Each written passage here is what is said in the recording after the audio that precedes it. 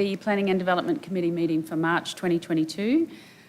The meeting is open to the public and will also be live streamed. I'd like to thank all of you in the room today and acknowledge everyone who's watching via Council's social media pages. I acknowledge the Mayor is probably running late. He's down in the Lockyer Valley for a function, International Women's Day function. Portfolio Leader, Councillor Carl, Acting CEO Mike Brady, General Manager Stuart Summers, and all of the staff that's in the room today. I acknowledge the Aboriginal parties whose songlines traverse these lands we meet on today, the Western Waka Waka, Guybil and Jarrawa peoples, and pay our respects to their elders past, present and emerging, for they hold the rich traditions and bold ambitions of Australia's First Peoples. I haven't had any apologies, but Councillor, has anyone heard from Councillor Carol Taylor? She might just be running a bit late. Okay, there's no leave of absences or declarations. So, councillors, I would like to start the meeting by acknowledging that it's International Women's Day, and the theme for this year is Break the Bias. So imagine a gender equal world, a world free of bias, stereotypes and discrimination, a world that's diverse, equitable and inclusive, a world where difference is valued and celebrated. Together we can forge women's equality. Collectively, we can all break the bias. Let's celebrate women's achievements. Let's all raise awareness against bias. Everyone, let's take action for equality. And with that, we have a senior female on our staff who is going to present item number 3, which is the Toowoomba Region Design Warm Temperate Building Designs. Thank you, Jade. Thank you. Good morning, councillors. Today we are seeking endorsement of the Toowoomba Region Design Warm Temperate Climate Building Design Guidelines.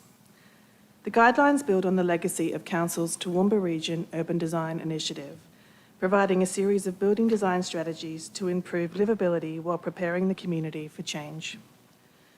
The Climate Council asserts that no developed country has more to lose from climate change-fuelled extreme weather than Australia does, a fact that must translate to resilient built environment design or lives are at risk. Perhaps this was a somewhat extreme way for me to have opened my report, but I wanted to draw attention to this fact. And when I consider the weather events of the last few months, the last week, then perhaps there was some truth in this statement. Australia has seen an increase in temperature in response to the changing climate. According to the Bureau of Meteorology, 2017 was Australia's third warmest year on record. The following 3 years saw both mean annual maximum and minimum temperatures above average for all states. Higher average daily temperatures may translate to more extreme heat days, longer heat waves, and more frequent fire danger days. Understanding how our future climate and variability is subject to changes is crucial for adaptation and preparedness. Collectively, this knowledge around a changing climate and a need for up-to-date data to inform a robust conversation initiated the development of this project. Fortunately, Council is already working in this space. We've been updating our infrastructure, we've been creating policies such as the Green Infrastructure Strategy, and we've created the Environmental Advisory Committee. It's going to take a collective response and collaboration to create success in this space. The guidelines are a way for Council to provide the community with a tool to arm them with positive solutions. The guidelines are deliberately easy to read. They are meant to be a tool that will make interpreting local climate and building design solutions simple and straightforward. The guidelines are a culmination of a substantial quantity of research work carried out in collaboration with the Queensland University of Technology and University of Southern Queensland. The team from QUT and USQ are all highly skilled professional women, which is particularly auspicious given today is International Women's Day. These women are Dr. Kirsty Vols, an architect and academic from QUT's School of Architecture and Built Environment, Dr. Liz Brogden, an architect and academic who was working at QUT and is now at UQ School of Architecture, Dr. Krista Pudbensky, a climate scientist and academic from USQ School of Agriculture and Environmental Science, and Dr. Rosemary Kennedy, an architect and adjunct associate professor at QUT, who's also the director of Subtropical Cities. The guidelines are also part of our current planning scheme review. Before drafting specific planning scheme provisions, it was clear that first we would need to understand our region's climate. This was fundamental to making strategically focused decisions about the future of the Toowoomba region. The project focused on delivering an evidence-based model to ensure a sound understanding of relevant data. This was very important to the process, and it became clear very early on in the project that the quality and quantity of existing evidence and data was not sufficient. This was when QUT brought USQ into the fold. It seems that we have amazing data to inform the health of our broiler chickens in the region, but less data on the health and comfort of humans. I thought that was an interesting fact. So perhaps it's not an unusual story when you consider that we're an agricultural reason that we would have wonderful data on the health of our chickens, but perhaps it is a little concerning that we don't have great data on the health for humans. So we've focused on trying to get some better data so that we can also make sure that we're looking after the humans. We still care about the chickens, they're important, but we want to make sure we care about the humans as well. Another exciting outcome of this project has been that USQ, in identifying that we had a significant undersell in terms of the quantity of data, has been able to acquire 4 new weather stations for our region. They've been installed in Felton, Ackland, Crow's Nest and Highfields. These are automatic weather stations, and they're going to provide us with invaluable data on our weather going into the future, which is going to inform these sorts of projects, but also our disaster management and our disaster preparation. It's going to help us because data is, you've heard the saying, data is the new gold. It really is. Without that data, we can't make informed decisions. Understanding and unpacking our climate data was identified. It was identified that our National Construction Code climate zones weren't a great tool. They were basically an inadequate tool for informing our local specific climate data around building design. This was because its current purpose, the National Construction Code that is, its current purpose is only to inform heating and cooling load calculations according to a standard reference building. It doesn't take into account the nuances that are relative to our region. It also groups us in a Zone 5 category, and it's important to understand that other Zone 5 categories similar to us are down in South Australia. We're a lot closer to the equator. We have a completely different climate in many respects to South Australia. So we need to understand the nuances and the differences that we have and how that should inform building design. But at the moment, the expectations of the National Construction Code are that we're relatively similar. The risk that the current minimum building standards will not adequately support the need for increased cooling loads into the future, nor provide the required level of resilience to natural hazards, such as bushfire, flood and cyclone, is too great to ignore. A blanket regulatory approach to energy efficiency, where the concern remains focused on the amount of energy required to maintain internal temperatures in an acceptable range, fails to consider that bigger picture, that picture that we are different and we are our own space, and there is a difference even just across our region, that the Toowoomba region is quite diverse in and of itself. In developing the guidelines, Council is acknowledging the uniqueness of the region and providing guidance for a better built form outcome for the community. One interesting piece of data in the fact that we're quite unique, given how far north we are compared to those other Zone 5 areas, was that when we were looking internationally to understand what built form character there was and what was the appropriate architectural response, was that Bologna in Italy is also a warm temperate climate very similar to us. This did lead to some debate as to whether a site visit was required. I have yet to convince Stuart. Oh, well, there you go. We thought perhaps a sister city for Bologna would be exciting. So. And they are an agricultural place. They're transitioning into a tourist and food destination. So Bologna has a similar footprint to Toowoomba in terms of their urban footprint. So there's a lot of similarities there. They're an inland space as well. So where to from here, other than a trip to Bologna?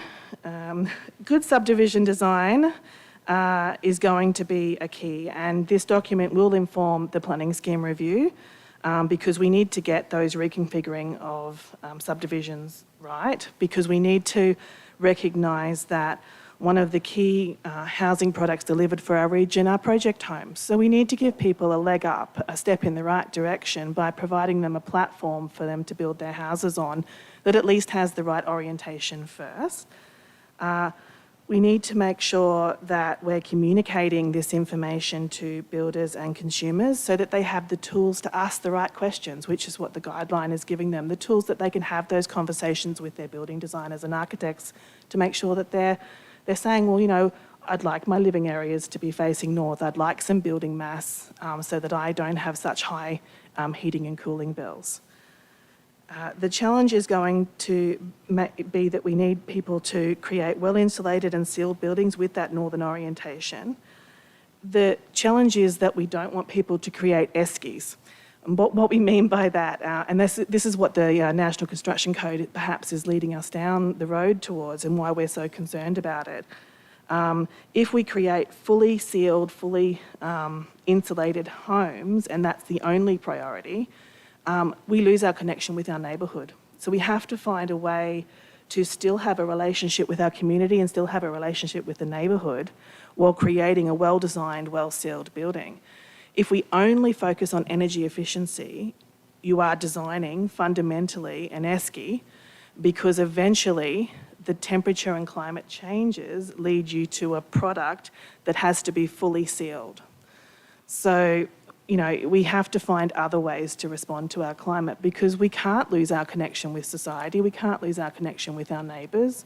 I think all of us have some connection or relationship with our community, and it's really important that we help people design buildings that have that relationship.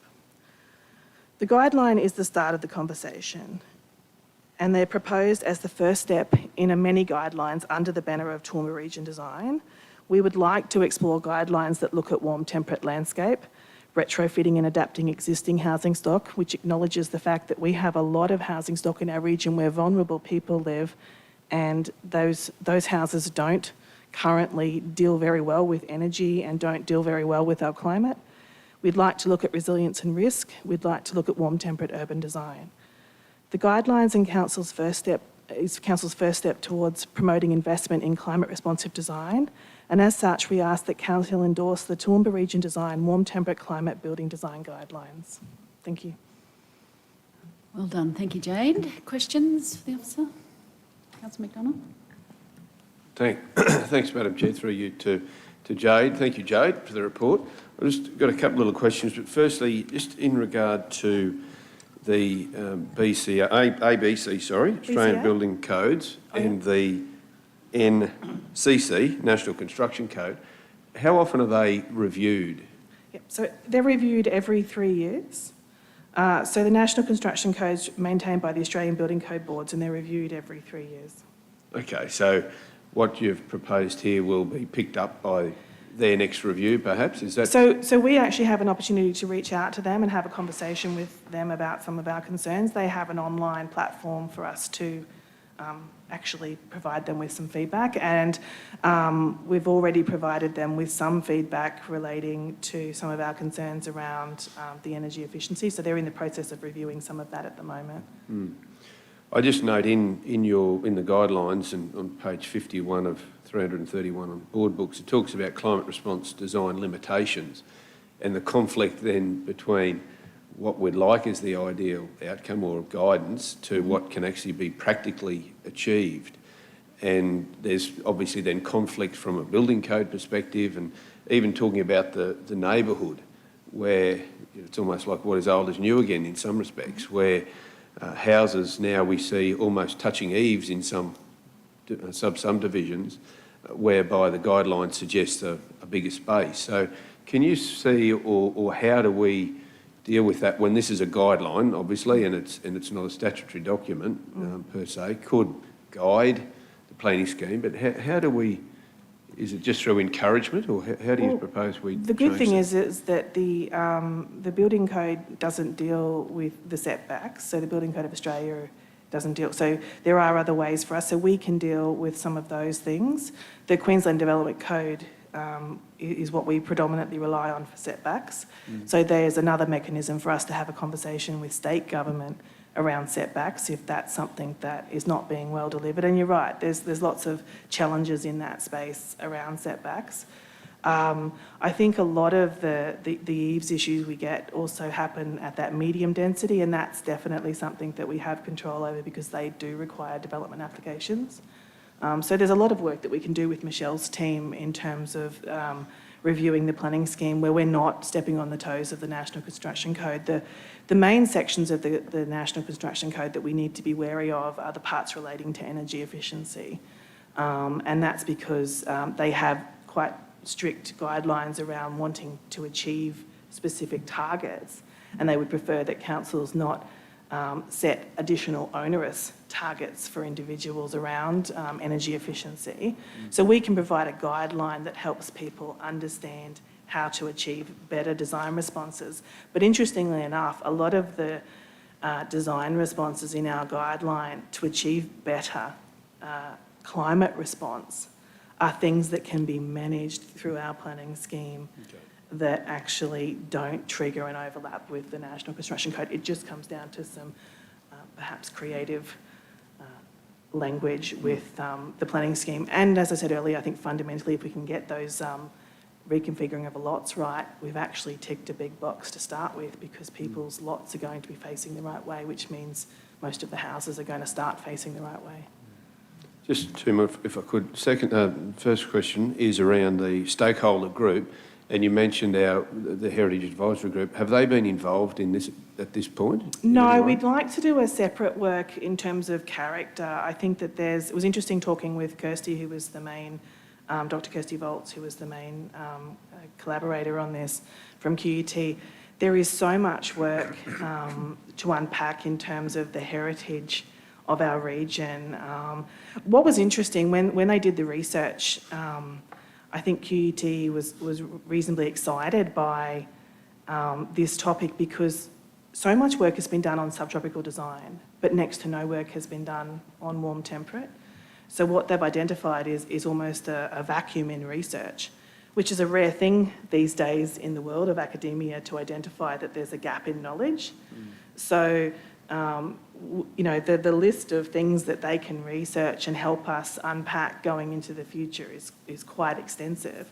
And working, and even talking with Stephanie Keys, our local heritage architect here in Toowoomba, there's a whole host of local heritage architects that have worked here over the last 100, 150 years that we can actually look at and do some research on to unpack their styles that we could then publish and educate our community on around, you know, what are the appropriate ways to design, and it might even inform then some of our character studies. Final one, just USQ, it's amazing that they would do those, put those 4 weather stations in. Who has ownership of those weather stations and maintains them? So they belong to USQ. They were $6,000 each, and they had a grant to acquire those. Is my understanding, but they have provided us, they are going to provide us with access to those. That's been part of the conversation. Okay, and they maintain them and look after them? Yes. Okay, thanks, Jade. Jade, I might just jump in there quickly and then to you, Councillor Shine. So with the weather stations, once more data comes through from that, will this guideline expected to change? I would like this to be a living document. I think that we need to acknowledge that climate isn't a stationary thing and that we need to be reviewing it regularly. I think that that's the one thing we've learnt through assessing the data historically and then looking at the projections into the future is it is going to change. So if we understand that our climate is perhaps heading towards something similar to Kingaroy, then we need to monitor that to see if that is the case. If that isn't the case, or if the outcome of that data demonstrates something different, then we need to revisit the information that we're providing to our community, and we need to be updating that regularly. Thank you. Councillor Shine? No, thanks, Jade, for all your work, particularly in this area as well. From just a personal point of view, I think it depends on the individual whether they feel the cold in Toowoomba or the heat. I feel the cold, and I'm welcoming the climate warming of Toowoomba coming, to be honest. But it depends on the nature of the house and whether it was built for what Absolutely. season, etc. I'm just wondering though, all this is good. I think we've read something about it before at an information session a year or so ago as well. I'm just wondering, in Australia, whether state or local governments are making it, putting a bit of teeth in it, making it compulsory for certain material to be used or designs, north facing, etc., to be utilised, either by way of penalty or by way of incentive through cheaper infrastructure charges or something like that. Has that been considered? Because, another 5 years we might look at this again and say, yeah, a good idea, but nothing's happened much. We did see, when we had our info session, we did see at the time, I think it was Sydney that had released and made it compulsory for light-coloured roofs. So there is precedent in Australia for benchmarks around responding more appropriately to that. And we could certainly investigate what, opportunities there would be for us. That was at a state level. So perhaps the conversations we need to have then are with our state counterparts to see, where the head of power sits in terms of that legislation. So the building codes, while they're drafted at a federal, across Australian level, they are enforced at a state level. So then perhaps there is some control to be had at a state level, and it's worth us having a conversation. It's, Not in Queensland, no. Just to add to that, I would have thought too that this document, hopefully the community takes it up, and so it's community driven, demanding of their designers, give me these good design principles. Absolutely. Rather than, Yeah. Councillor McMahon? Thanks, Chair. Jade, I think this is a tremendous read and well done on all your work, and I found it really enlightening of what's possible. And I suppose my thought was, when the house is designed well, it really changes everything concerning the occupants of it, from sleep patterns to, light and health and all those things, not to mention electricity bills, water harvesting, those kind of things. So I suppose my question comes in line with what's already been asked. This would be great if it was a community document that, because I suppose you said we're putting it in the planning scheme, that's great, we can get our blocks aligned the right way, we can talk about building code. This goes into a fair bit of detail of, it'd be good if you put a tree here and a window here and all that. So if I, for example, I built a house a few years ago now, and it's more you walk in, they've got all their designs on the wall, you pick that one, maybe modify it. None of this was when I did it gone through. So I suppose there's very few people that would sit down and find this and get it and bring it into their, I'm talking mums and dads, home builders, the kind of people building the individual houses. How do we get this document into the hands of the private enterprise who are actually the builders and the individuals or the people buying the houses? How do we get it into that kind of conversation? Yeah, good question. So we're hoping to, subject to Council's endorsement, we're hoping to release this to the public on the 21st of March, the Asia Pacific Architecture Festival. We have an event at the Empire Church on the 21st of March, where we're hoping to, and we've got the 4 wonderful ladies and a panel hosted by Belinda Sanders from the ABC to talk about the importance and what's come out of this process.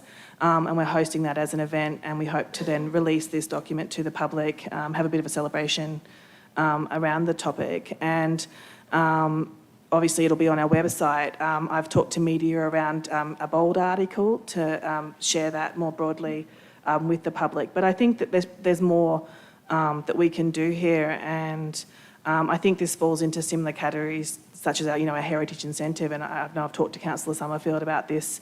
We do need to do more to get these topics out, into the public once we've endorsed them, so that they don't just sit on a shelf. We do need to do more to make sure that the public are aware of them. So I can certainly have, put some thoughts together around what we can do to make sure that this is something that's regularly part of conversations. And I think it comes back to the question that Councillor O'Hara-Sullivan asked around, is this something that will be updated? If it's something that's updated, then it also needs to be something that's brought back to Council regularly, and then also, recommitted to the community and re-communicate it to the community.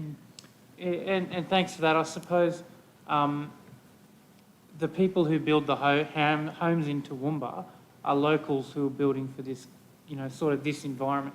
There are some that obviously build Queensland or Australia-wide, but most of our home builders are Toowoomba home builders. So it'd be good to offer a product that was Toowoomba, so perhaps all of those, the usual names who actually build the houses were at that meeting on the 15th. If councillors could have an invite, that'd be great too.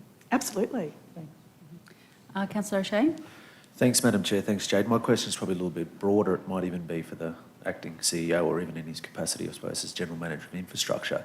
Jade, I was thinking around, we talked about that adaptation and preparedness around the evidence that's now able to be collated, due to this technology. So the understanding of that, I would have thought that evidence and the data, as you said, that is golden that we have now, would actually, for council or this community, extend well beyond, whilst it's great for this purpose, housing design, well beyond that. So I'm wondering, does this information, this data that we're going to be collecting, going to be used and be helpful to council in other areas as well, around our own infrastructure, around our own parks, around, just understanding this, now that we've got this much more up-to-date evidence and data that's continuously being collected? Do you want to make a comment? Or I can add to that, and then perhaps some additional information. It's certainly, I've connected our disaster management team with the team at USQ so that there's that relationship and access to that data, so that it's informing, it has access or ability to inform our dashboard updates going forward, which I think will be really useful in that space. But I think that there's definitely scope for it to inform other things. I'll let...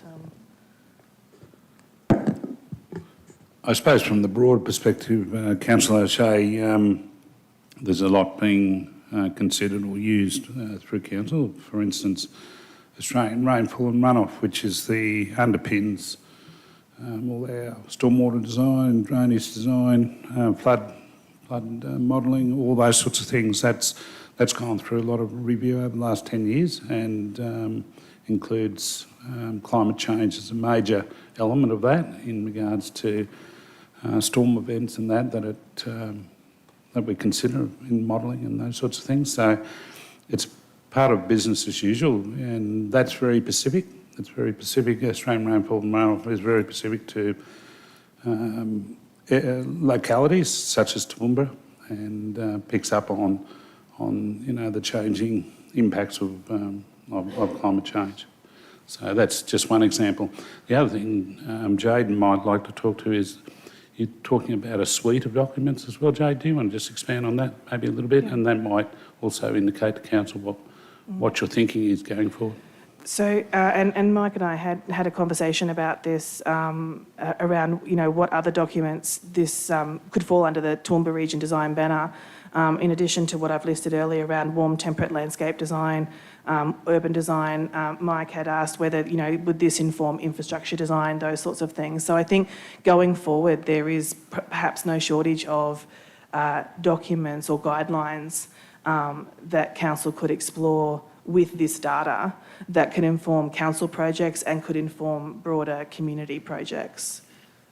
Because, yeah, thank you, because I would have even thought that it has the potential or the possibility, I'm not sure how all the data works, but even with just day-to-day operations of council, I mean, warmer or cooler environment's going to create, obviously we'll know one that we'll get a lot of at the moment, of course, is around grass cutting and things like that. And I just would have thought, there's a lot of data here that can be quite helpful, that can extend to council in this community well beyond just this, which it's obviously fantastic for in this case, though. Thank I might you. just comment. Thank you. General Manager? Yeah, the other real benefit that's come from this work has been the additional weather monitoring stations that have been spread around the region, which gives us a much better picture of the little subclimates that are all over the place. And this really good illustration of the difference in the heights alone across our region, from where Toowoomba is to the rest of our region, is quite remarkable, and that has effects on the local climate. So I wonder if Jade wanted to comment on that. Oh, so you're talking about the transect? Yeah. Yeah. Oh, so yeah, the transect and is interesting because it shows us, just I guess, and we all know living in Toowoomba, but I think sometimes we forget because it's easy to forget, but how much higher we are than a lot of the rest of the region. With us sitting at 641 metres here in Toowoomba above sea level, Oakey being at 406, that's a significant drop in height. So if we've got weather stations being at Felton, Ackland being near Oakey, of course, at Crow's Nest being higher again than Toowoomba, getting up to 700 odd metres there, I think we then have this ability to understand the nuances of those climates, because what came out of this exercise was definitely an understanding that just within the Toowoomba region we have quite a diverse climate, and that's not currently recognised in all of the classification systems that we work under. Thanks, Jade. Councillor Carr? Thanks, Madam Chair. A comment on some of the stuff's been mentioned, but I'd really like to labour a point around one of council's key roles, or if not the key role, in service to our residents. And in this particularly is our ability to help educate residents more generally and proactively. And there's been a couple of suggestions you've made, but I'd just like to really endorse the point that we take every possible opportunity to enable our residents to become more astute clients in the future with the building fraternity, with the development sector. And by that I mean if we invest in education of our residents, and whether, there are people out there that already know this stuff, but there are lots that may not know a depth of information.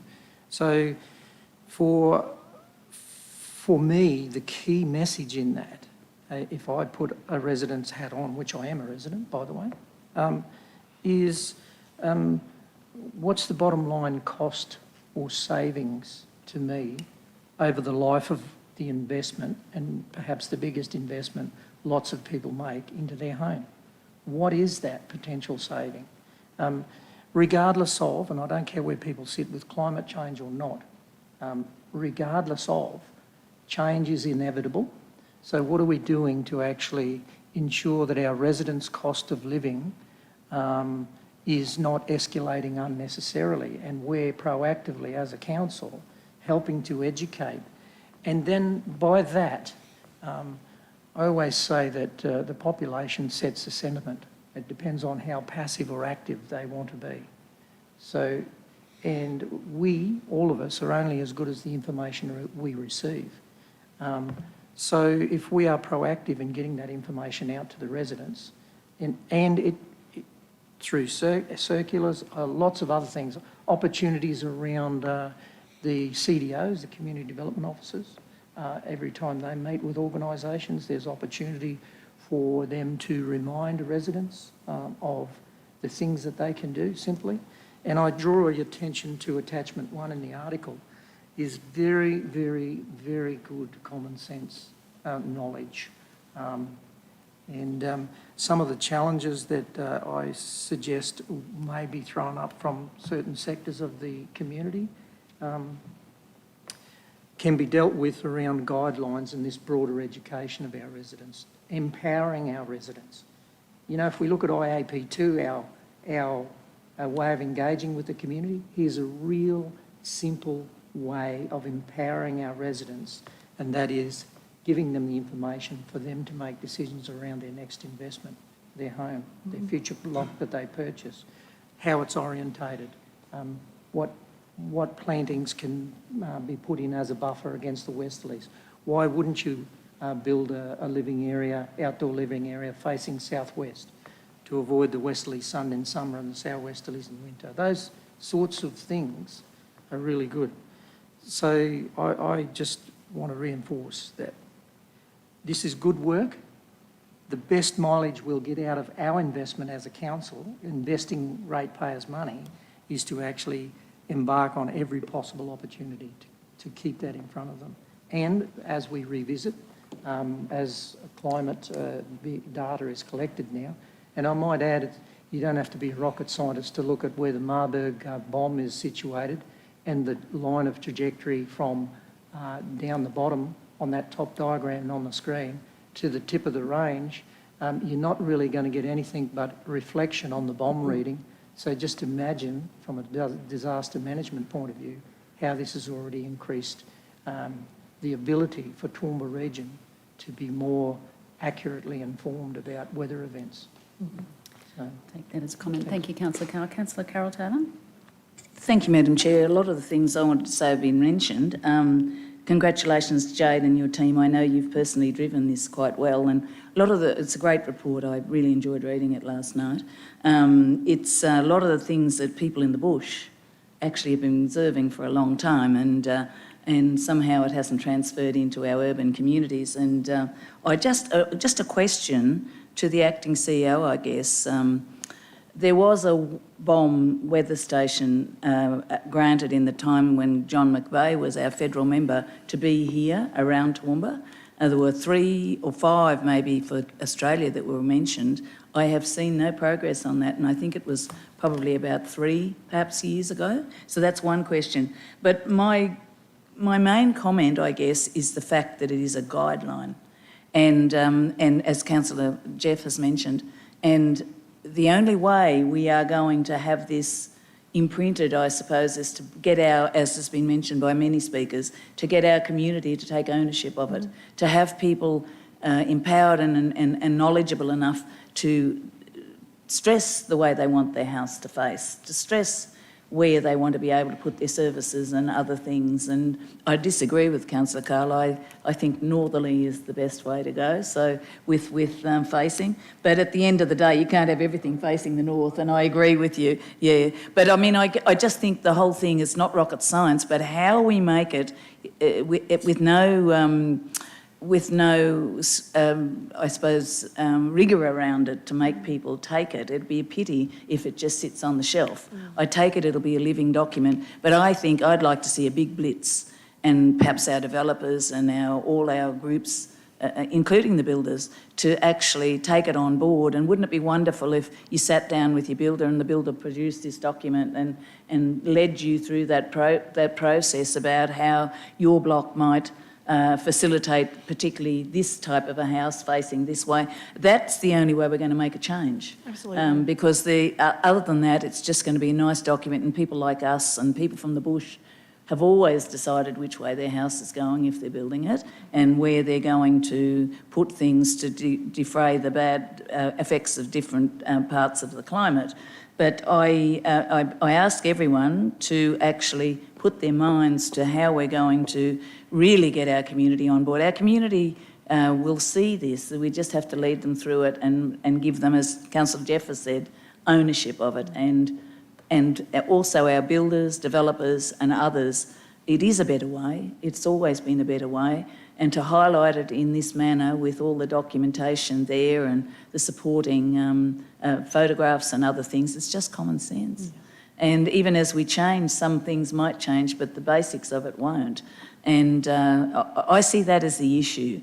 I congratulate everyone concerned. I think it's a big step forward for us. Perhaps again we're leading the state. But at the end of the day, unless it's used and people are informed enough to request or demand, it's not going to have the effect you would like and we would like it to have. So I ask everyone to put their minds to that. Thank you. Yeah. Through your chair, Councillor Taylor, I'll take that on notice if I can. I'll follow up and get some information back to Council on where bomb got to. Thanks. Councillor Summerfield? Thanks, Chair. And thank you for a very entertaining presentation, Jane. So I had a few things. One was I wondered whether education around this, and I agree with the previous speakers about how important it is not to just let it sit on a shelf because it's a great document. And I wonder we have to start at the beginning, in my view, around you've got a block of land and the developers are going to, develop it up. How do we encourage the size of the shape of the blocks? Because it comes back to that northerly aspect thing, and the longer the house is facing north, the better outcome. So you're wanting long, narrow blocks facing north, if that makes sense. And so that's what I'm thinking anyway. And so I do think it comes down to talking to developers instead of just doing up that standard design of certain shaped blocks, that they do look at changing the design of their blocks to try and capture as much as possible in relation to that north-facing aspect. Another thing was the status of the incentive policy we had around, we had one where people who had windows facing north in living areas and that sort of thing with bedrooms on the southern side. I can remember we've had that policy previously, and I don't know what the status of that is currently, but maybe that needs a rejig as well and could be done in conjunction with this. Obviously we need budget around that, so you can't just say, well, let's just do it, but I'd like to see us do that hand in hand with this, because I think that would help sell it as well. But getting the people that actually design these homes, they're the ones, like Jeff Gibson Homes, I think it's got the highest status in the building code in relation to efficiencies, and I love the work he does. I've seen 2 of his homes. That one finished over here in Price Lane is amazing, and we saw one out, a few of us went out and saw one out near Oakey on a rural property, and amazing. Now, Jade, you'll be able to tell me, what are the walls that are mud walls, whatever they are? Oh, rammed earth? Yes. Yes. Inside to hold the heat and the coolness inside in summer and winter. And if I build a home, I'm having one of those. They're beautiful as well. Absolutely, real feature in the house. So there are people in our region that are doing great work, but we need to bring the others on the ride, I think. And we've also got to take into consideration that not everyone can afford, the luxury stuff. Yes. But I think there is opportunity for us to do small bits that help in a big way. Yeah. Jade, did you want to comment? Do you know about the incentive that Councillor Summerfield I don't was know talking about the incentive, but I think I just wanted to say Jeff's actually been a key stakeholder through this process, which has been fantastic, as has Renew. And we're actually doing, and it probably speaks to the point that Councillor Taylor said before, I should mention that as part of the broader Asia Pacific Architecture Festival, we're also running for 2 weeks at the library. I've been collaborating with the librarians at City Library. We're pulling together all of the books on building design, building sustainability that we own. We've purchased a lot of new books as well. And we're doing a display in collaboration with Renew, so that when we release this document, we've also then got a suite of additional tools for the public, and there's a reading list that goes with it, so that, for people who want to learn more and get more invested in this space, we can say, well, here are some extra tools in this space. Renew do amazing work. The Price Lane home was one of the homes that was open as part of their sustainable houses this year. They had 3 homes in the region open, last year, open for people to visit. So they do fantastic work in that space. So I think if we keep collaborating with local groups like Renew, that's another way for us to get the word out there around this space. And they've been a fantastic collaborator. In terms of the block designs, completely agree. We need to get that right. And I think that the planning scheme review with Michelle's team presents a fantastic opportunity for us to look at that and to take the developers on that journey and get some buy-in and investment around what works in that space. In terms of the incentives, Stuart, do you recall that incentives for windows or units? The only... Yeah, it was exactly right. Councillor Taylor was quite correct. With the modification of that incentives program, initially the incentives was to get more medium density happening. Then we realised we were getting it, but we weren't getting what we wanted, and we tightened up some of the design considerations in terms of getting a tick from council, and it involved, the aspect the facing windows to the north.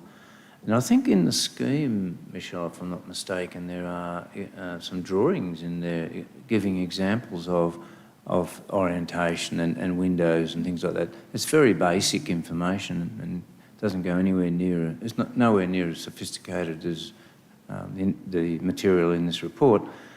But it is there nonetheless, but it's in a fledgling form, and we can work on that, we can muscle that up on the basis of this and further work that'll be done. But you're quite right, Councillor. Yeah. Last one, Councillor Shine. No, thanks. Just a question for the General Manager, really. In relation to the probability of Council undertaking its own development in Middle Ridge, as we've discussed in the past, would you undertake to ensure that any design will facilitate those north-facing blocks? North-facing, you can't dictate what the buildings will be, but you might be able to facilitate a design of a subdivision which would encourage north-facing houses on it, as opposed to the standard You've been reading my mail, I think. And I might hand over to Jade because we had a really, really good session out on site with some of the design panel that I think Jade is probably better fitted to talk to.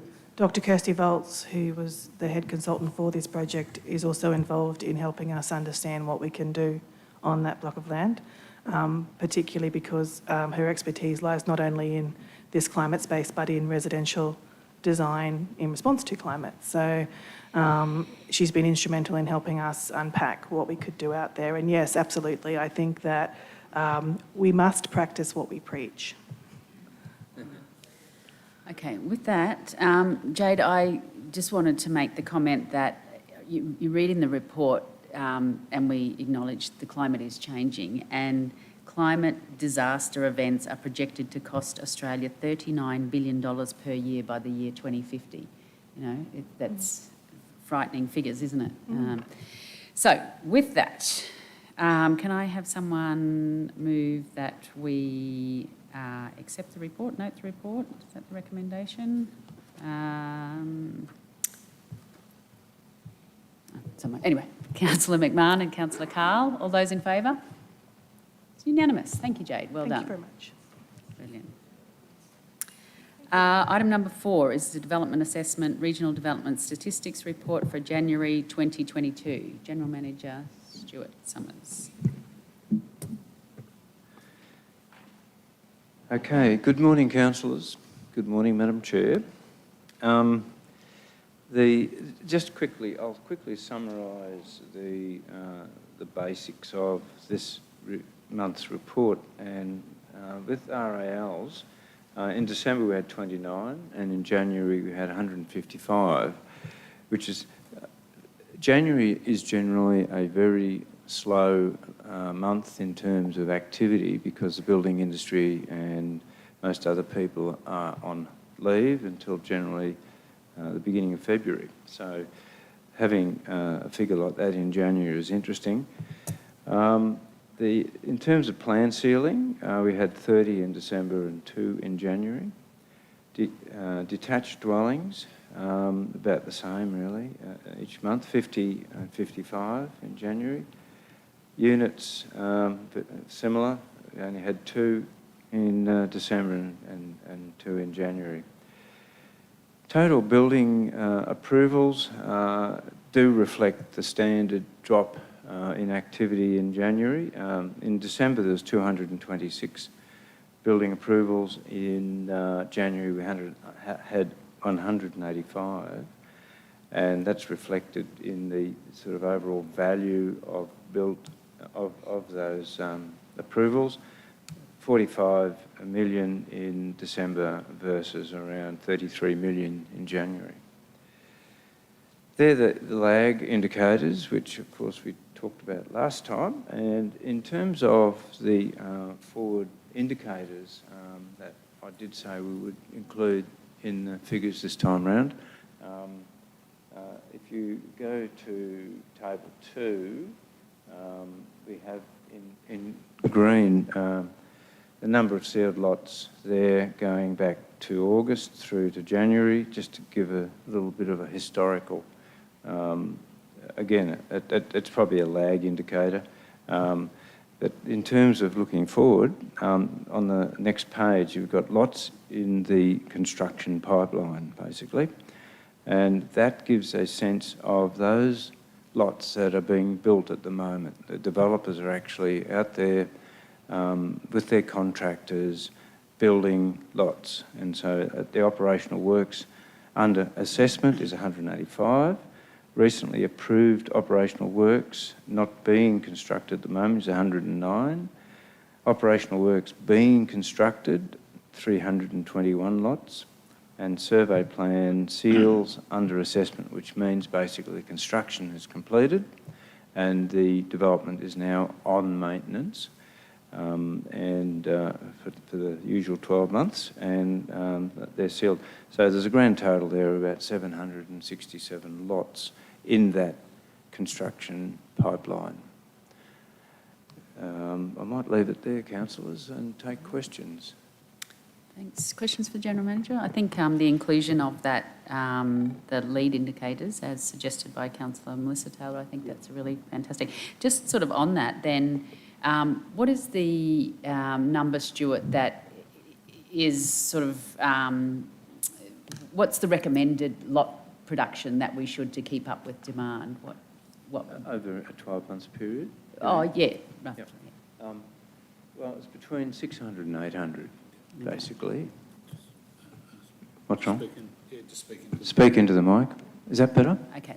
So your Sorry. answer was between 600 and 800. I'm famous for telling everyone else how to do it, but I don't do it myself.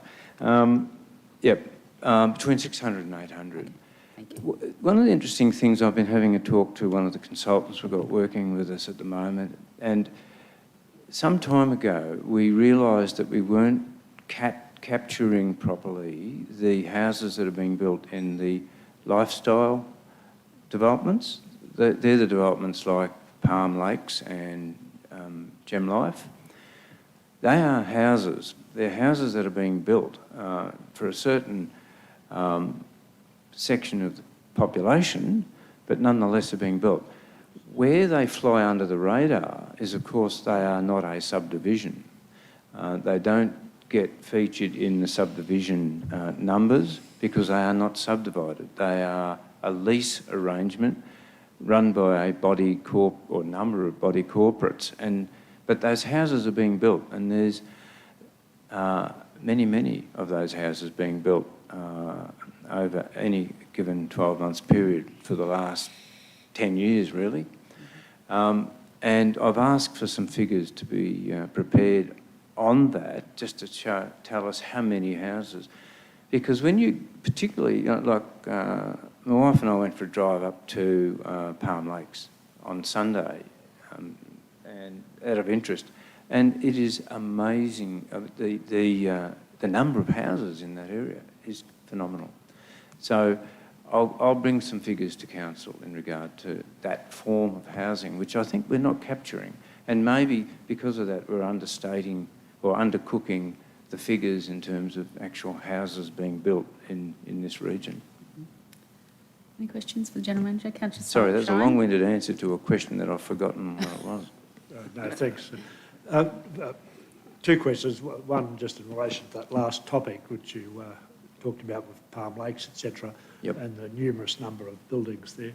I take it our rates are calculated relevant to the number of such buildings rather than rated in one entity?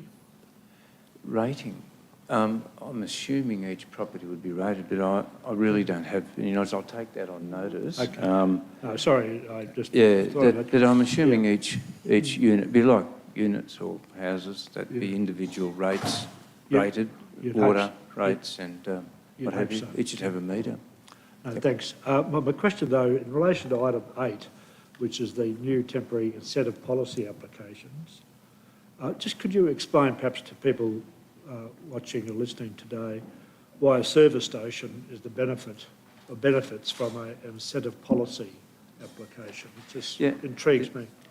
Yeah, if you look at that, it's actually a service station is part of that. It doesn't benefit. Service station, by definition, is a commercial use, not an industrial use. What gets them across the line is the warehouse, which is an industrial use. Oh, I see. So it's a warehouse, not a service station. Whoa.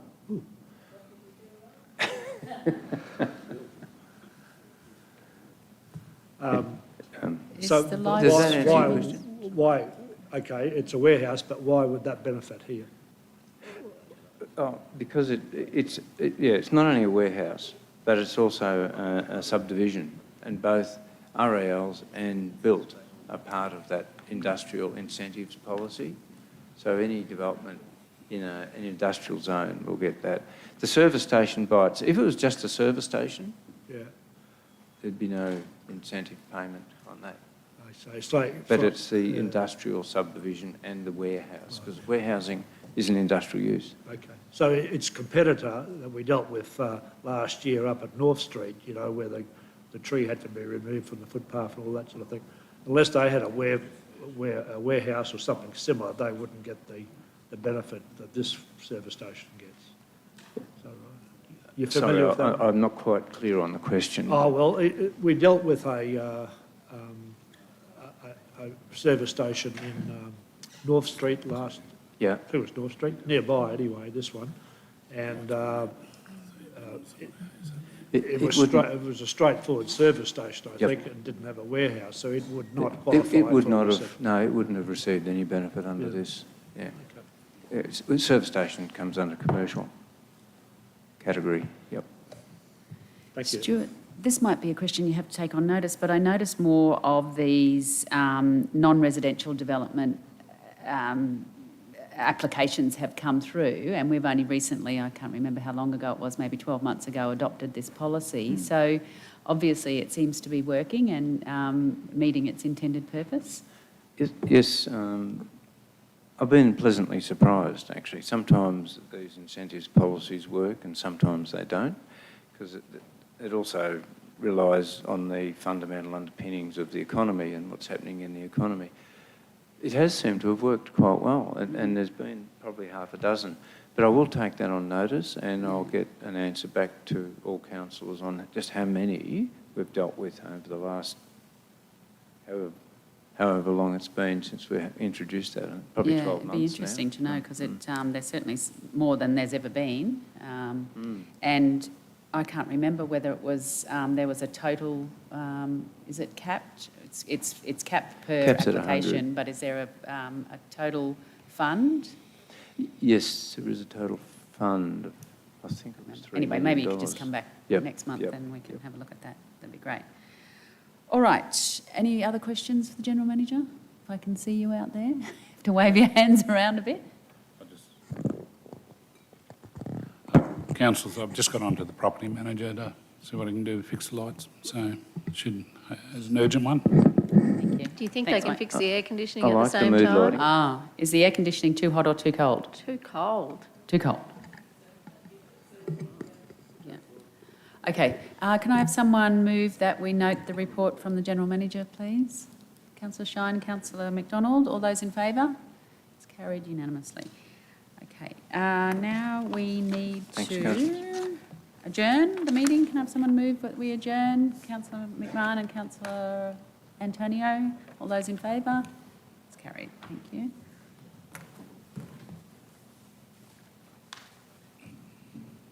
We don't want to break for morning tea yet. We go into water. Yeah. Oh no, we're doing morning tea at 11 or something now, aren't we?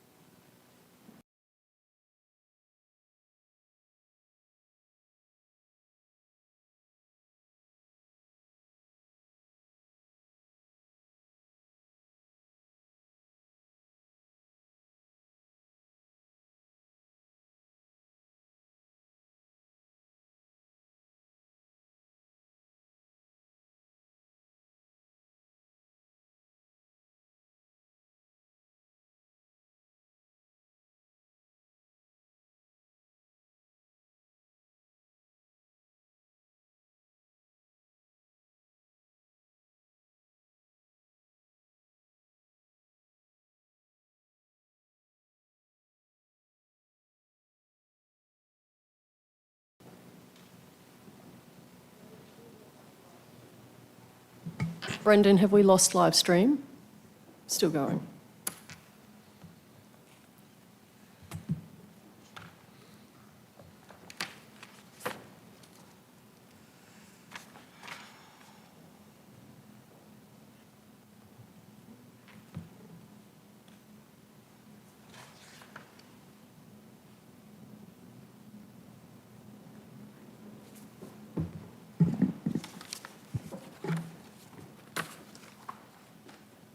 Do you want us to pause, Mike, while we do this? Or just...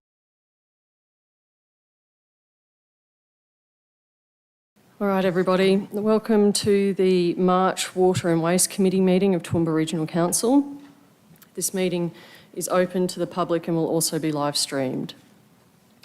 I'd like to thank those of you who are in the room with us today and acknowledge everyone who's watching via Council's social media channels. I acknowledge the Aboriginal parties whose song lines traverse these lands we meet on today, the Western Waka Waka, Guyabal and Jarowawa peoples, and pay respects to their elders past, present and emerging. I also acknowledge Portfolio Leader Councillor Summerfield, the Mayor, Deputy Mayor, my council colleagues, the Water and Waste General Manager and the Acting CEO. I also acknowledge that today is International Women's Day and Australia is changing. March 2022 feels very different to March 2021. There is so much I could say today about purple ribbons and cupcakes, but I'll just say this: we need meaningful change. How we value the care economy, levels of female representation in politics and on boards and in panel discussions, childcare access and costs, the levels of poverty for women over 55 in Australia, poverty for women in Australia, workplace employment and law. All these need to change. And on a personal note, I just want to acknowledge the amazing women who are in my life, my wolf pack, my ride or dies, and you know who you are, and I thank you.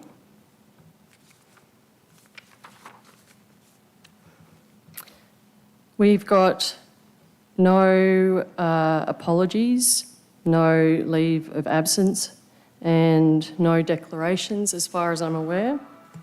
We've only got one item on the Water and Waste Committee report for this month, consideration of the review of the Waste Collection Services Policy. And David O'Shea is at the mic in the dark. But thank you, David, over to you. Thank you very much, Councillor Vanoff. Thank you, councillors. The purpose of the report is to seek Council's consideration of the adoption of the reviewed Policy 2.34 Waste Collection Services Policy. The policy was originally adopted in Council in 2013 as the new collection contract was being introduced. The review of the policy has been undertaken by the Waste Services Branch. The changes made following the review are minor corrections to terminology to ensure consistency with legislation and other policy documents, and have rearranged the topics for improved formatting. As councillors may be aware, our new collection contract tender was released on Saturday. So it will be now open to the public to review and submissions from numerous contractors to come in. A lot of the wording here in the document has been to clarify some issues. Councillors may be aware, when we adopted the policy, Local Law number 7, we, Council declared the entire region as a waste collection service area, but of course at the moment we only provide services in certain areas.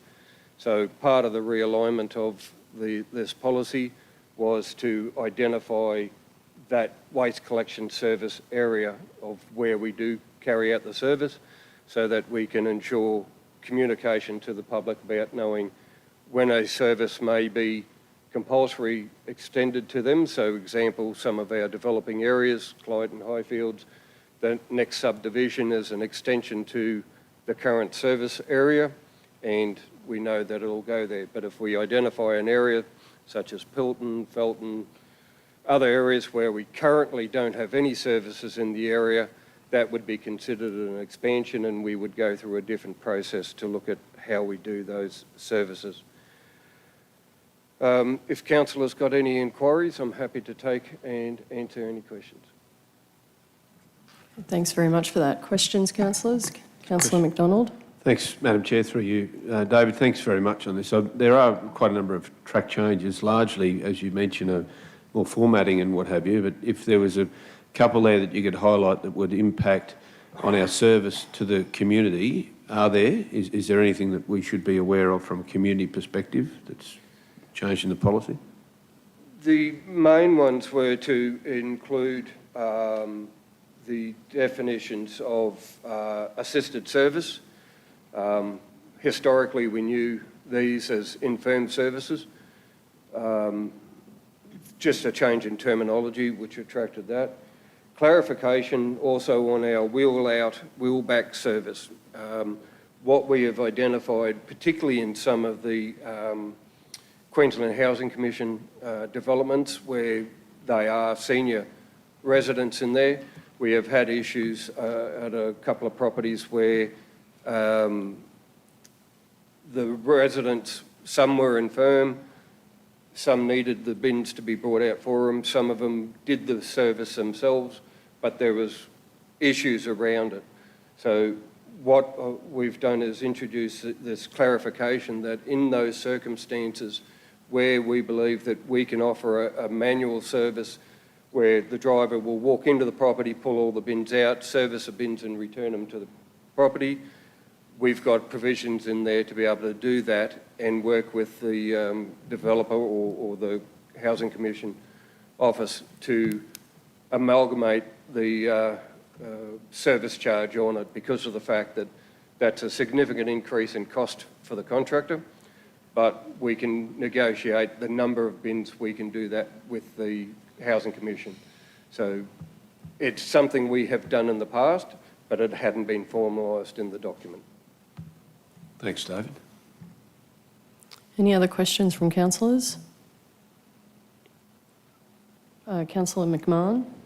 Thank you, Chair. A couple of questions. Thanks for the report. I'll just bring that a bit closer. Probably goes to what we were talking about in the planning team. A lot of this report is talking about collection of bins, private property, those kind of things. Do we have anything, I couldn't see it in this report, or regarding, people who leave their bins on the curb for the whole week or leave them in a very visible, kind of not appealing place throughout the week when it's not bin day? Is that council's involvement or is it the involvement of this report? It's not in this report, it's actually under the local law. Okay. We state in the local law that they're only allowed to be presented a maximum of 24 hours before or after the service. Okay. So Sure. if there's issues with that, we will address it under the local law with Yeah, I know investigation. it's in the covenant of some housing estates that they can't be visible bins when it's not bin day, but just wondering your take on that. Thanks for answering it. The service for extra bins concerning maybe medical waste, and there are others, is that, do many people take up that offer? From my recollection, we have one at this stage. Okay. Thanks very much. Thanks, Councillor McMahon. It's hard to see, but if there's no other questions, the recommendation from the officers is that Council adopt the reviewed policy 2.34 Waste Collection Services Policy in Attachment 3. Do I have a mover for that? Councillor Summerfield, a seconder, Councillor Antonio. All of those in favour? Carried without dissent. Thanks very much. And that concludes the March Water and Waste Committee meeting.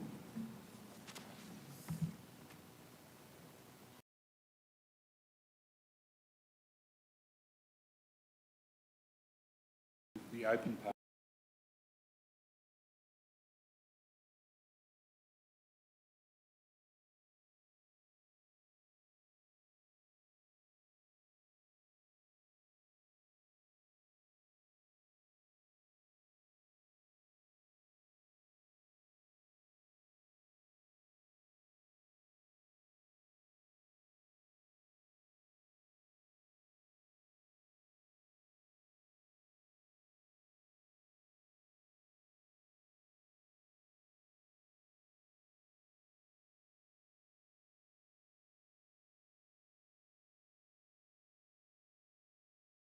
Everyone, welcome to the Infrastructure Committee meeting of the Toowoomba Regional Council. I'd like to welcome the Mayor, councillors and the public who are watching online. And if you could indulge me just for a moment on International Women's Day, I'd especially like to recognise our female councillors, and I'd like to recognise all the councillors, female councillors who've come before us on all the 8 councils that have made up the Toowoomba Regional Council. I'd especially like to recognise our acting CEO and all our staff that are in the room, but I'd also like to recognise our acting GM Anne-Marie Johnson, all our female members, our managers, and our staff teams of women who work for our community through this council. I especially want to mention today all our executive assistants and secretaries and receptionists who very rarely have a light shine on them, and nearly all are female. So I actually thank them for their contribution to the good running of this council and their assistance to our community. I acknowledge the Aboriginal parties whose songlines traverse these lands we meet on today, the Western Waka Waka, the Garbal and the Bigambal peoples, and pay my respects to their elders past, present and emerging, for they hold the knowledge, the rich traditions and the bold ambitions of Australia's First Peoples. And I shine a light on our First Nations women today who, as hard as it seems to understand, were only given the vote in 1967 when my first child was born. So that's hard to believe today, but I have some amazing friends I've grown up with in Durrumbandi and Bigambal and also in Gundawindi, where I spent most part of my life. And here in Toowoomba, we have some amazing Indigenous women who are leading the way and for their young people to look up to and climb on. I'd like to open the Infrastructure Committee meeting today, and we have one item, and it is a confidential. So having said that, I'd like to ask for somebody to move that we move into a closed session. Councillor Jeff McDonald, and seconded by Councillor Kerry Shine. All those in favour? Thank you. And we'll break.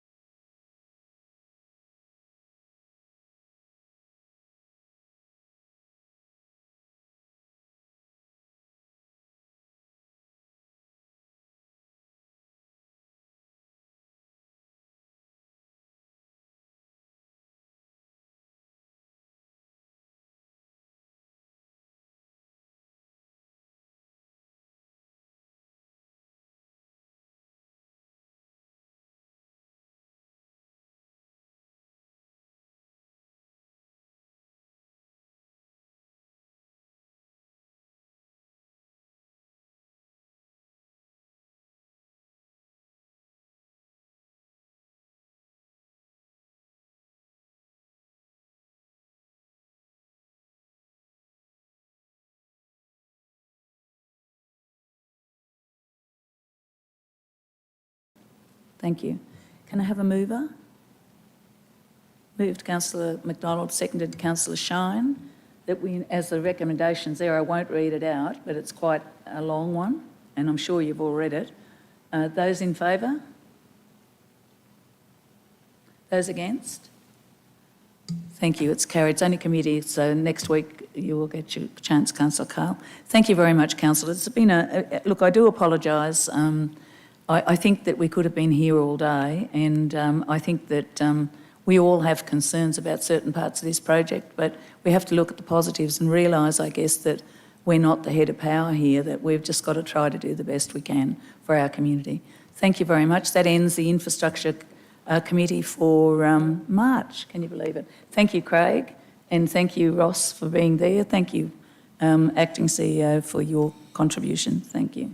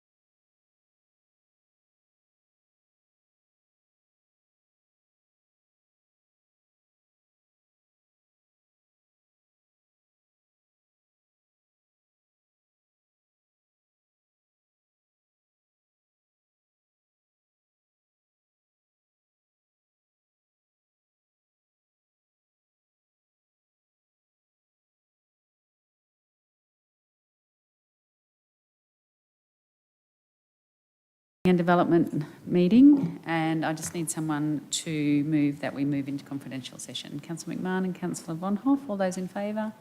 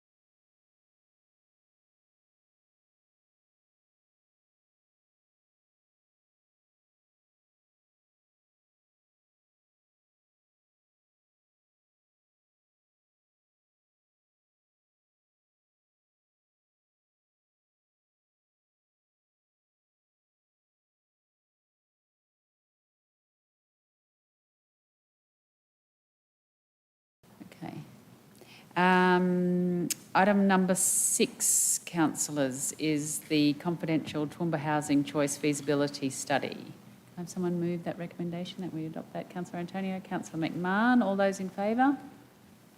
It's carried unanimously. Excellent. And item number 7 is the Development Services Planning and Environment Court Appeals and Compensation Claims. Can I have someone move that we accept that report? Councillor Bonhoff and Councillor Carl, all those in favour? It's carried. Close meeting, 1:06.